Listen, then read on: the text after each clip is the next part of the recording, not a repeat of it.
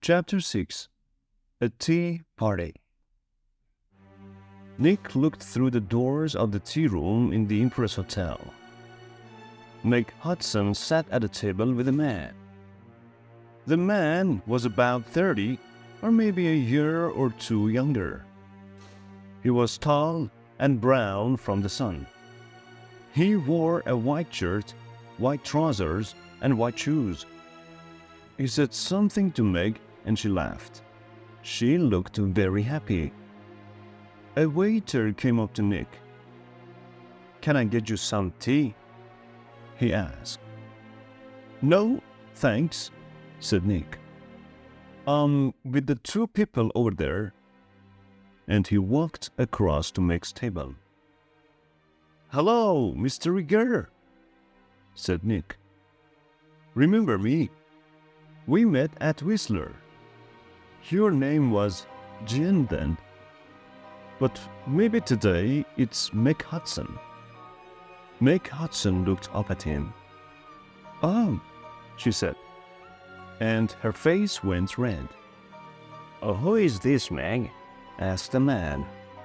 "This is Nick," said Meg. "He's a writer." "Nick, this is Craig Winters." "Sometimes called Mr. Hollywood," said Nick. "Maybe, but how did you know that?" asked Craig Winters. "I guessed," said Nick. "And I think I'm beginning to understand. Can I ask you a question, Mr. Winters? Does somebody want to kill you?" Craig Winters' face went white. "Kill me? What are you talking about?" asked Meg. "Before I tell you, answer this question, please," said Nick. "You called me Mr. Hollywood in Whistler, and you wanted the man at the next table, the man with white hair, to hear you. Is that right?" Meg Hudson did not answer at first. Then she said quietly, "Yes." "Why?" asked Nick. "I wanted him to follow you, and not me." "Why?" Nick asked again. "I think he's a detective," said Meg. "And I think he's working for my father. I saw him soon after I left Toronto. He followed me." Meg put her hand on Craig Winters' arm.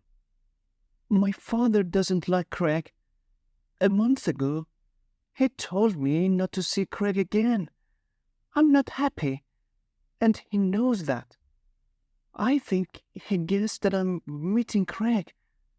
And now he wants to find Craig and stop him seeing me." "Stop him?" said Nick. "Or kill him?" "No," Meg Hudson said.